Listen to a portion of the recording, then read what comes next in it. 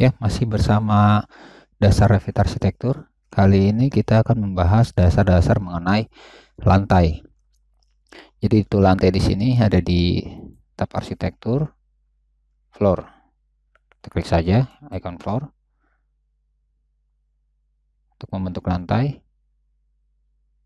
Nah, ini kita langsung diarahkan ke, perhatikan di sini ada tool untuk membuat sketch. Jadi di sini berupa garis, rectangle atau persegi, arch, ada polygon, ada lingkaran dan sebagainya. Jadi di sini kita diarahkan bagaimana kita membentuk objek lantai.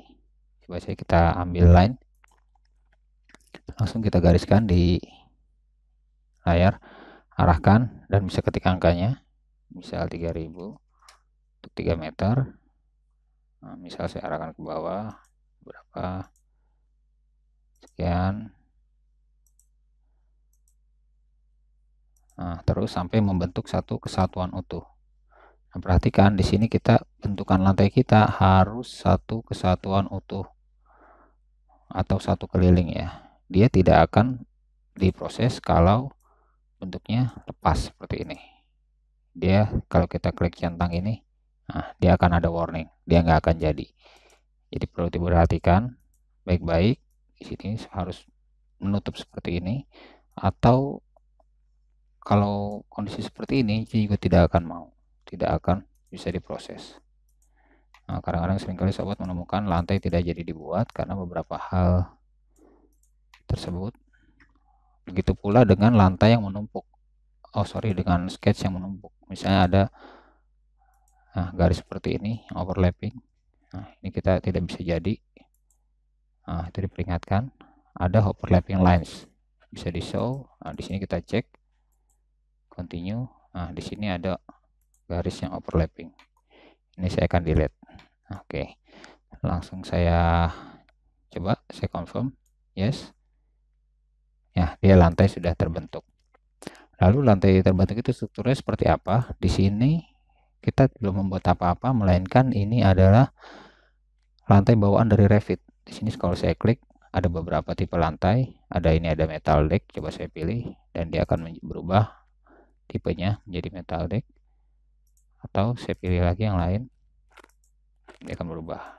Atau kita juga bisa membuat tipe lantai kita sendiri. Misal saya ambil dari basic ini ya, generic floor ini. Kita klik edit type.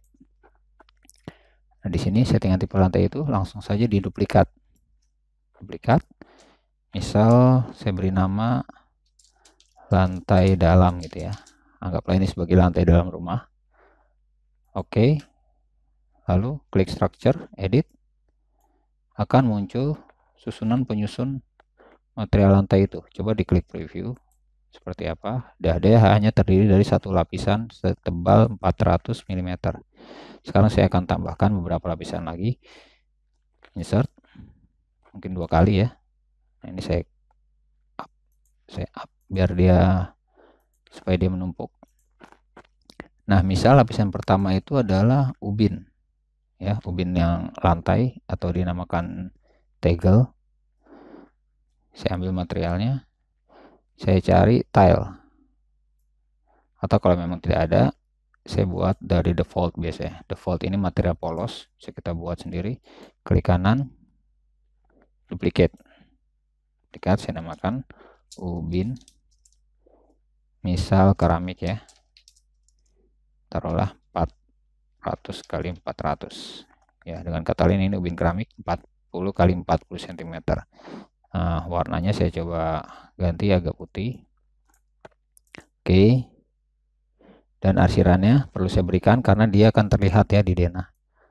Surface pattern saya kasih, nah kita buat custom saja, new. Ini jangan lupa kita klik model supaya ukurannya dia konsisten. Bedanya drafting dan model itu adalah model memiliki ukuran yang konsisten, sedangkan drafting dia akan berubah-ubah sesuai skala. Kita klik model saja, new. Misal kita namakan ubin 40 kali 40 atau 400 kali 400 ya. Ini right angle 0 saja. Spacing konsisten 400. Saya buat cross hatch, ini 400 juga. Nah, bisa diperhatikan settingannya untuk ubin 40x40. Oke. Nah, kita sudah punya tipe arsiran ini. Oke lagi. Kita tipe arsiran sudah terisi. Saya klik oke lagi. Nah, ini ubin keramik. Kita tidak perlu ketebalan segini. Jadi ubin itu rata-rata ketebalannya mungkin 7 atau 8 mili ya. Taruhlah 8 mili. Dan lapisan kedua ini apa? Ini akan kita jadikan sebagai spesi atau adukan. Adukan itu misalnya 3 cm ya. Atau 30 mili. Nah, saya ambil by kategori lagi. Saya cari adukan itu atau spesi.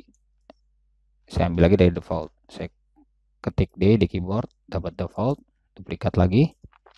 Namakan saja dengan spesi lantai ya. Spesi lantai itu oke, ini mungkin tidak akan terlihat surface pattern dan shading ini nggak akan terlihat, namun cut pattern yang akan terlihat.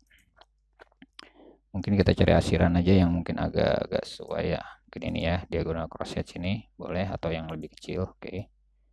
Ini drafting nggak masalah karena dia akan menyesuaikan nanti di skala. Oke. Oke, spesi lantai. Lalu lapisan ketiga saya akan buat lapisan pasir uruk. Misal 50 ya.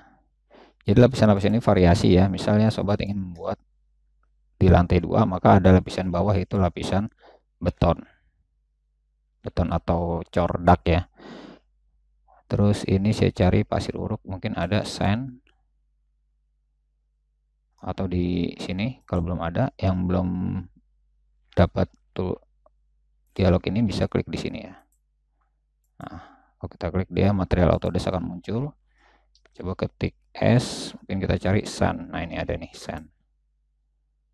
Nah, oke, dia sudah punya arsiran. Mungkin dia arsirannya 3D ya. Nah, kita nggak perlu. Nah, ini dapat bawaan dari material Autodesk-nya. Kita bikin yang biasa saja dari default lagi. Ketik D, duplikat lagi. Namakan pasir uruk. Oke. Nah, mungkin di cut pattern ini perlu kita isi lagi sebagai pasir. Ada di sini kalau nggak salah sand. Ambil yang dense ya. Oke. Oke. Nah, sobat, kita sudah memiliki 3 lapisan, yaitu ubin keramik dengan tebalan 8 mili, spesi lantai 30 mili, pasir uruk 50 mili. Nah, ini yang kita butuhkan untuk kita buat lantai di lantai bawah ya. Di sini kita lihat previewnya, saya klik OK. Oke lagi. Nah, dia sudah terbentuk. Ubin sudah memiliki arsiran dengan ukuran persis 400 x 400. Sekarang saya coba dimensikan. Nah, ini sudah terlihat ya sobat. Nah, sekarang bagaimana arsiran potongan itu? Kita coba buat section. Potong saja di sini misalnya ya. Saya klik kanan, go to view. Nah, ini sudah terlihat, tapi belum ada arsirannya. Oh, ini bukan ini ya, ini hanya crop view. Sebenarnya objeknya ada ini. Bagaimana arsirannya kita pastikan dengan find. Klik sini find. Dan mungkin skalanya kita buat lebih detail, 125.